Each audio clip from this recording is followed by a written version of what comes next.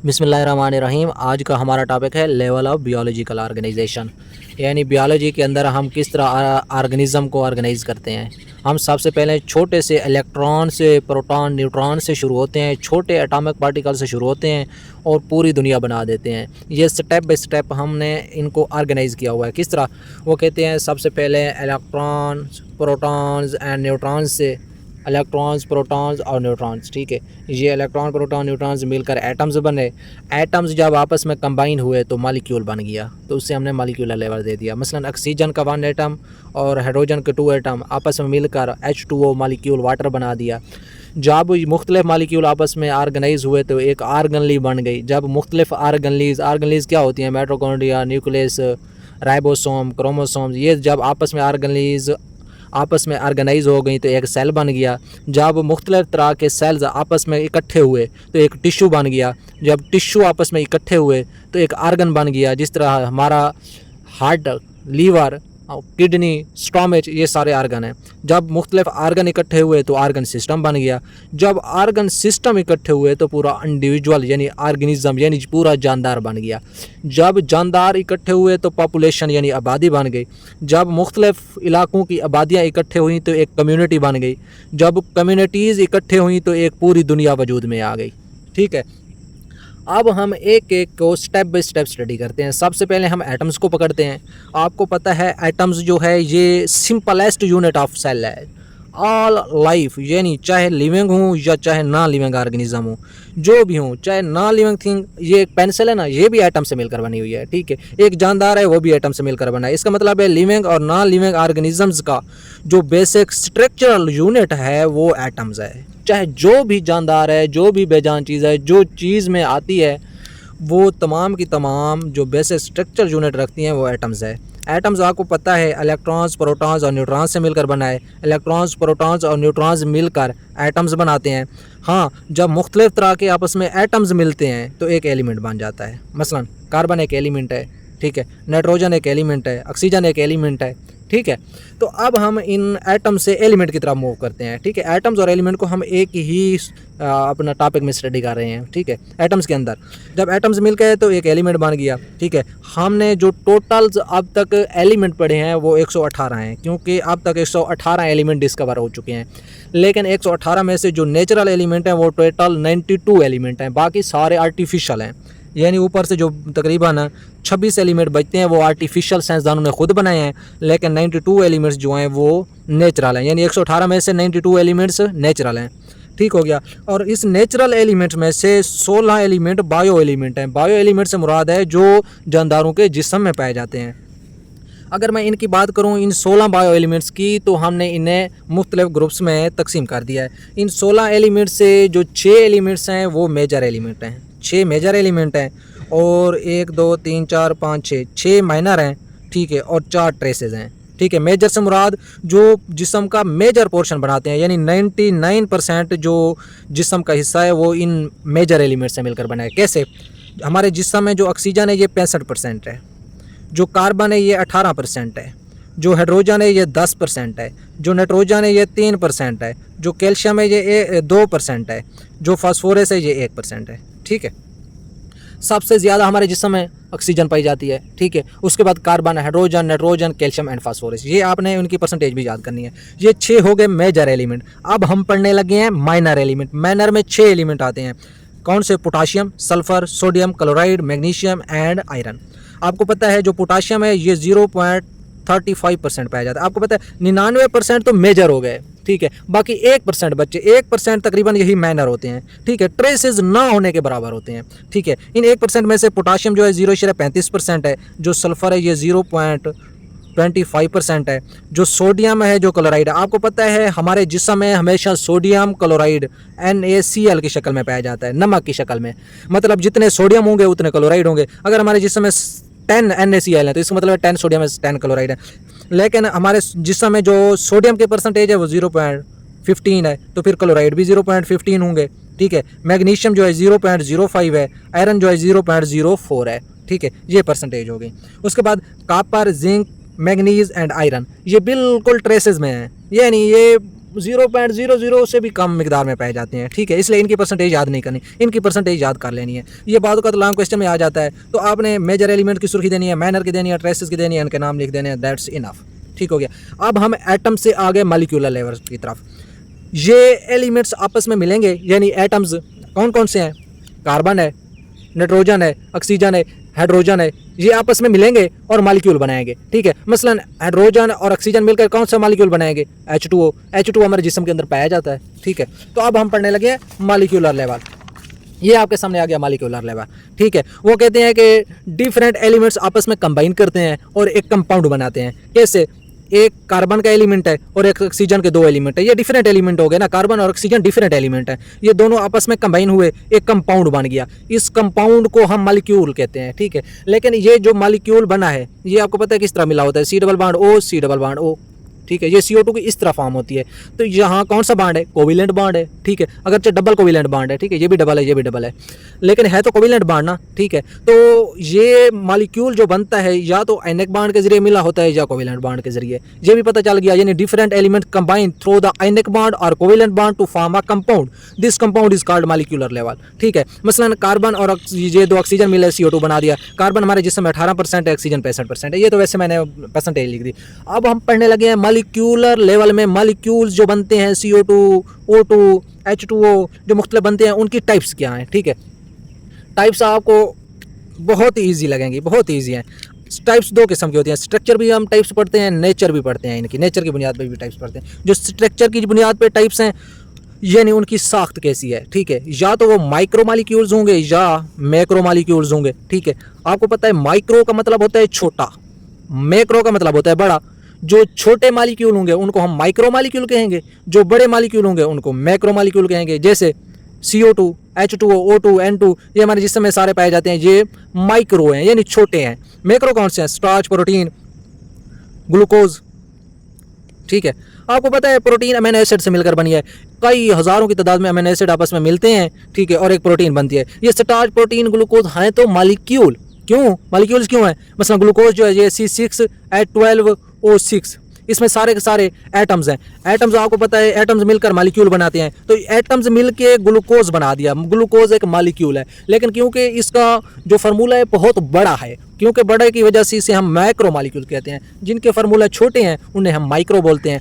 अगर नेचर की बुनियाद पे हम इन्हें स्टडी करें तो कुछ होते हैं ऑर्गेनिक, कुछ होते हैं इनऑर्गेनिक। ऑर्गेनिक का मतलब है जो कार्बन और हाइड्रोजन या ऑक्सीजन से मोस्टली बने हों, और इनऑर्गेनिक ऐसे होते हैं जिनमें कार्बन का होना ज़रूरी ना हो, ठीक है। कार्बन हो भी सकती है इनऑर्गेनिक में, नहीं भी हो सकती, ठीक है, वो मोस्टली आपको पहले ही पता है।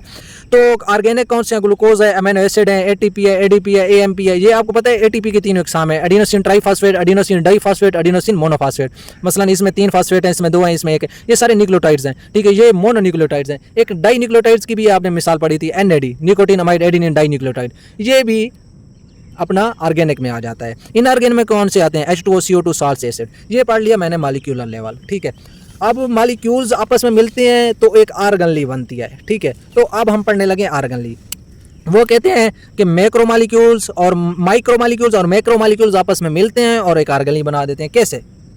मसलन या इस तरह भी कह सकते हैं, ऑर्गेनिक मॉलिक्यूल्स और इनऑर्गेनिक मॉलिक्यूल्स आपस में मिलते हैं और एक ऑर्गेनली बना देते हैं, ठीक है। मसलन राइबोसोम एक ऑर्गेनली है, आपको पता है, क्रोमोसोम भी एक ऑर्गेनली है।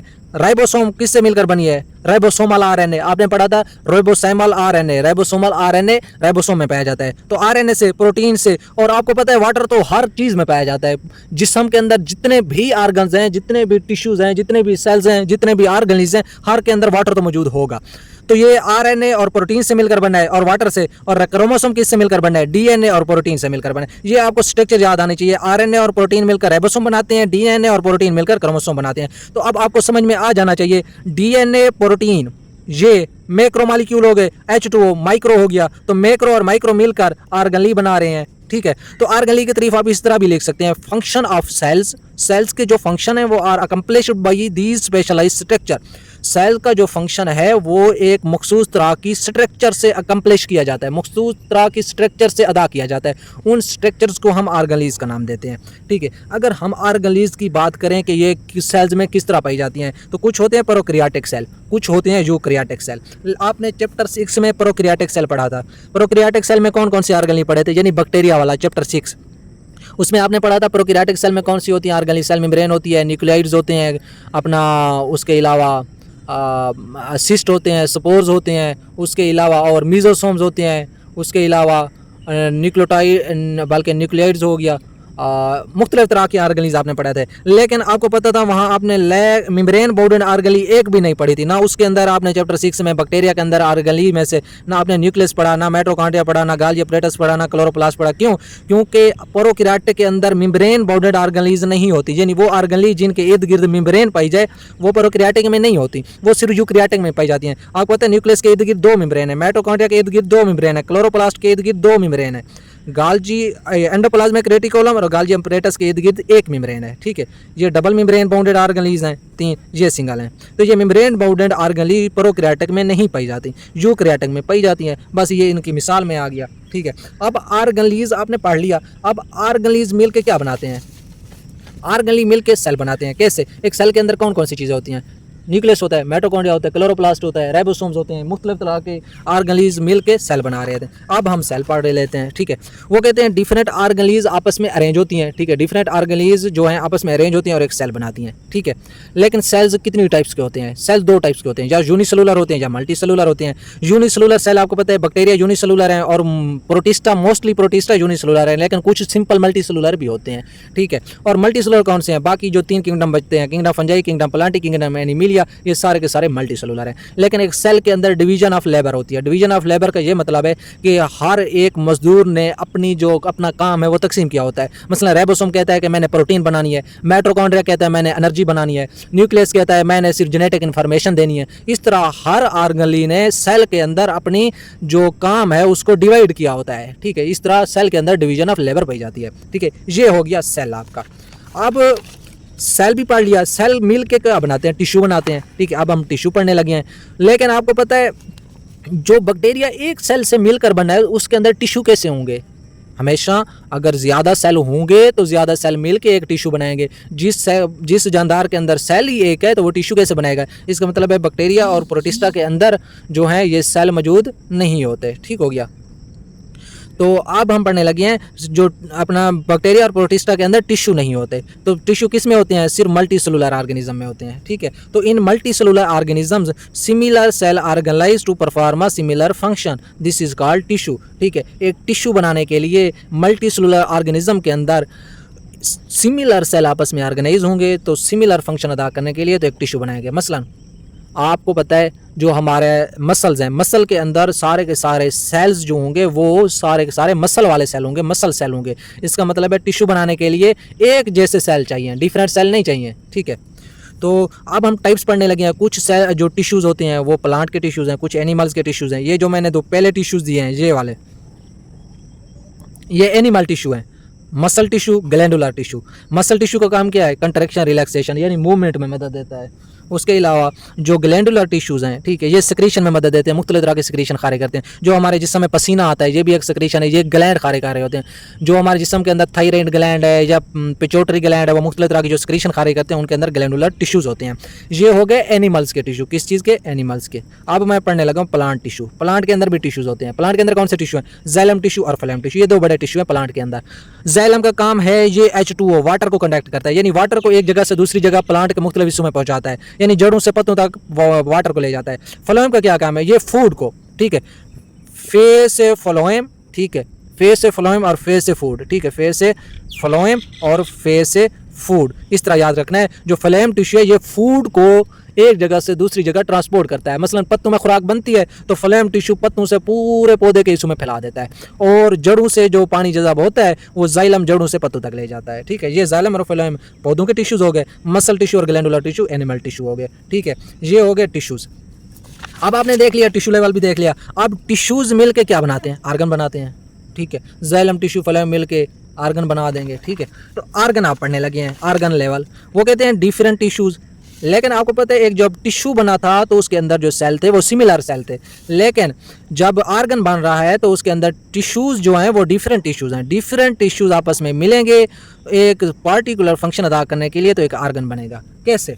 मसलन मैं अब आपको आर्गन की टाइप बताने लगा हूँ, ठीक है। एक हमारे पास आर्गन है, ठीक है। एनिमल्स के अंदर मुख्तलिफ आर्गन होते हैं, प्लांट के अंदर मुख्तलिफ आर्गन होते हैं। स्टमच हमारे पास एक आर्गन है। स्टमच का क्या काम है? ये फूड डाइजेशन, ठीक है, digestion of food. Liver, liver का क्या काम है? ये हमारा खून को फिल्टर करता है, ठीक है, इसका मुख्तलिफ काम है। ये स्टोरेज ऑफ ग्लाइकोजन को भी स्टोर करता है, ठीक है। हार्ट का क्या काम है? ये पंपिंग ऑफ ब्लड करता है, ठीक है। ये हमारे जिस्म के अंदर मुख्तलिफ आर्गन है। किडनी आर्गन है, ठीक है, लीवर, गाल ब्लैडर, ये सारे के सारे हमारे जिस्म में आर्गन है। और प्लांट के अंदर आर्गन कौन से हैं? रूट है, स्टेम है, लीव है। रूट का काम क्या है? ये H2 और मुख्तलिफ मिनरल्स को क्या करती है? ये ऑब्जर्व करती है, ठीक है। स्टेम का क्या काम है? ये पौधे को स्ट्रेंथ प्रोवाइड करता है। हाँ, रूट पौधे को जड़ों में एनकोर यानी जोड़े भी रखती है। अगर रूट ना हो तो पौधा उखड़ के ज़मीन पे गिर पड़ेगा। स्टेम का क्या काम है? ये पौधे को सपोर्ट प्रोवाइड करती है। और इसके अलावा ये जाइलम और फ्लोएम इसके अंदर होते हैं। लीव्स का क्या काम है? ये फोटोसिंथेसिस करके खुराक बनाता है, ठीक है। ये हमारे पौधों के अंदर मुख्तलिफ तरह के आर्गन हो गए, ये हमारे जिस्म के अंदर मुख्तलिफ तरह के आर्गन हो गए। अब जब ये आर्गन्स आपस में मिलेंगे तो एक आर्गन सिस्टम बनेगा। कैसे? मैं अब पढ़ने लगा हूँ आर्गन सिस्टम। ये है आर्गन सिस्टम, ठीक है। वो कहते हैं आर्गन जो है हमारे जो पौधे हैं ना, पौधे के अंदर आर्गन तो पाए जाते हैं, लेकिन पौधे के अंदर आर्गन सिस्टम नहीं होता। सिर्फ आर्गन सिस्टम कम्प्लेक्स ऑर्गेनिज्म के अंदर होता है, यानी इंसानों, जानवरों के अंदर, ठीक है। पौधों के अंदर आर्गन सिस्टम नहीं होता। आर्गन होते हैं, स्टेम, रूट, लीव्स, ये अपना आर्गन है, लेकिन पौधों के अंदर आर्गन सिस्टम नहीं होता। तो आर्गन सिस्टम होता है कम्प्लेक्स ऑर्गेनिज्म के अंदर। कम्प्लेक्स ऑर्गेनिज्म जो हैं, ठीक है, उनके अंदर क्यों होता है? For greater range of function, यानी बहुत बड़ी रेंज तक फंक्शन अदा करने के लिए और मुख्तलिफ एक्टिविटीज़ के लिए डिफरेंट आर्गन आपस में मिलते हैं और आर्गन सिस्टम बनाते हैं। कैसे? आर्गन सिस्टम की कोई मिसाल है, ठीक है। आर्गन सिस्टम की मिसालें आपके सामने हैं, ठीक है। ये है digestive system, respiratory system, circulatory system. एक डाइजेस्टिव सिस्टम के अंदर मुख्तलिफ तरह के आर्गन है, ठीक है। एक आर्गन सिस्टम है, कौन कौन से आर्गन है? स्टमच एक आर्गन है, ठीक है। इसके अंदर एसोफेगस आ जाती है, नाली है जो खुराक की नाली। उसके अलावा स्मॉल इंटेस्टाइन आ जाती है, लार्ज इंटेस्टाइन आ जाती है, मुख्तलिफ तरह के ग्लैंड्स आ जाते हैं। ये सारे के सारे आर्गन मिलके एक आर्गन सिस्टम यानी डाइजेस्टिव सिस्टम बना लेते हैं। डाइजेस्टिव सिस्टम का काम है डाइजेशन ऑफ फूड, ठीक हो गया। रिस्पायरेटरी सिस्टम का काम है exchange of oxygen and carbon dioxide with in the body.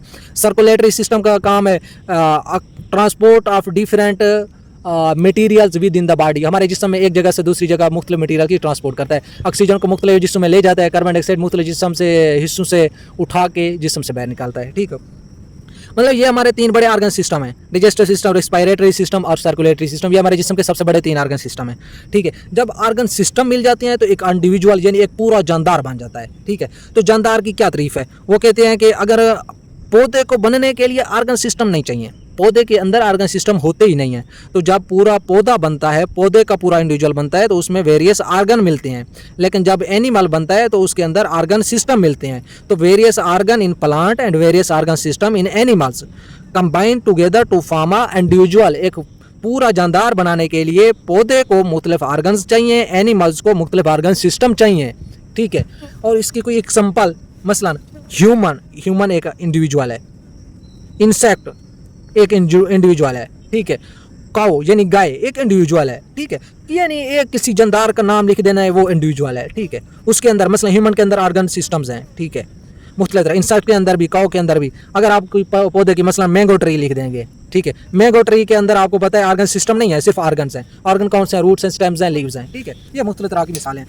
जब इंडिविजुअल्स आपस में मिलते हैं, ये आपने पढ़ा है, जब इंडिविजुअल्स आपस में मिलते हैं तो क्या बनती है? पॉपुलेशन बनती है, ठीक है। आबादी बन जाती है। मुख्तलिफ तरह के जानदार आपस में जब मिलते हैं तो आबादी बन जाती है।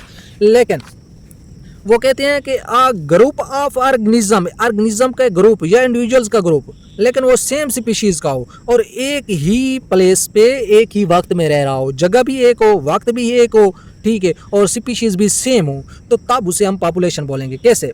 मसलन एक सिटी के अंदर ह्यूमंस की पॉपुलेशन, हमारे लैया के अंदर फर्ज करते हैं, मैं कहता हूँ कि हमारे लैया के अंदर इतनी पॉपुलेशन है इंसानों की, तो उससे हम पॉपुलेशन बोलते हैं, ठीक है।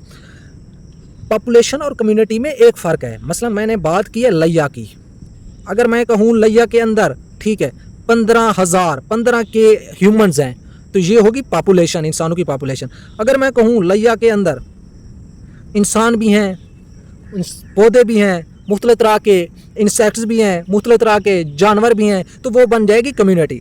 अगर एक स्पीशीज़ की बात करेंगे, सेम स्पीशीज़ की बात करेंगे तो वो पॉपुलेशन है। अगर मुख्तलिफ स्पीशीज़, डिफरेंट स्पीशीज़ की बात करेंगे, ठीक है, वो बन जाएगी कम्युनिटी। ठीक है, a group of organisms of same species living at same place and same time, it is called population. ठीक है, पॉपुलेशन की और भी मिसालें दे सकते हैं। Students in a classroom, students in classroom. ठीक है, यानी स्टूडेंट्स यानी स्पीशीज सेम हो गई, एक ही जगह है, क्लासरूम एक जगह है और एक ही टाइम पे जितने स्टूडेंट्स होंगे वो पॉपुलेशन में आ जाएगी। ठीक हो गया। कम्युनिटी क्या है? वो कहते हैं पॉपुलेशन ऑफ डिफरेंट स्पीशीज, जब मुख्तलिफ स्पीशीज की पॉपुलेशन। ठीक है, मतलब उसमें प्लांट आ जाते हैं, एनिमल्स आ जाते हैं, एनिमल्स, ठीक है, एनिमल्स आ जाते हैं, मुख्तलिफ तरह की जब स्पीशीज आपस में मिलती हैं किसी सेम हैबिट में तो उससे कम्युनिटी कहते हैं। कम्युनिटी सिंपल भी हो सकती है, कम्प्लेक्स भी। सिंपल कैसे है? एक दरख्त गिरा पड़ा है, उस दरख्त पे, ठीक है, मुख्तलिफ तरह के पत्ते हैं, मुख्तलिफ तरह के परिंदे बैठे हुए हैं, मुख्तलिफ तरह के इंसेक्ट्स हैं। अगरचा वो उसमें डिफरेंट स्पीशीज़ बैठी हुई हैं एक दरख्त पे, लेकिन वो सिंपल है क्योंकि एक महदूद है। लेकिन अगर हमने एक बहुत बड़े शहर की बात कर दी, पूरे पाकिस्तान की बात कर ली, ठीक है, पूरे पाकिस्तान में मुख्तलिफ तरह की स्पीशीज़ हैं, तो ये कम्युनिटी कम्प्लेक्स बन गई। लेकिन इस पेचीदगी में आपने नहीं जाना, सिर्फ तारीफ याद करनी है। ठीक है, ये शॉर्ट क्वेश्चन है सारे के सारे, तारीफ आनी चाहिए और नीचे 1-2 पॉइंट आना चाहिए, सारे के सारे शॉर्ट क्वेश्चन है। ठीक है, अब जब कम्युनिटी मिलेंगी तो एक पूरी दुनिया बन जाएगी।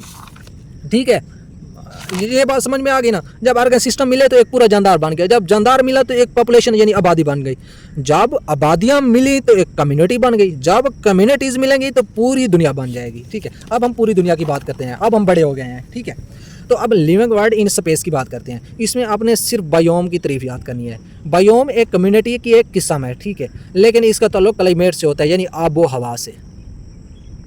ठीक है, मसलन हम बात करते हैं कि जो बर्फ़ानी इलाके हैं उसके अंदर कम्युनिटी कैसी है। ठीक है, तो हम उसकी हम क्लाइमेट यानी आबो हवा देखेंगे, यानी वहाँ जो रीच पाए जाएंगे वहाँ इंसान कम होंगे क्योंकि वहाँ बर्फ़बारी होती है, वहाँ पौधे ऐसे होंगे जो बर्फ़बारी को बर्दाश्त कर सकें। यानी क्लाइमेट के ज़रिए जो हम स्पेशल टाइप ऑफ कम्युनिटी को स्टडी करते हैं उसको हम कहते हैं बायोम। ठीक है, ये लार्ज रीजनल कम्युनिटी भी इसे कह सकते हैं। ठीक है, इसकी तारीफ कम्युनिटी बायोम की तारीफ याद कर लेनी है, बाकी कुछ नहीं करना।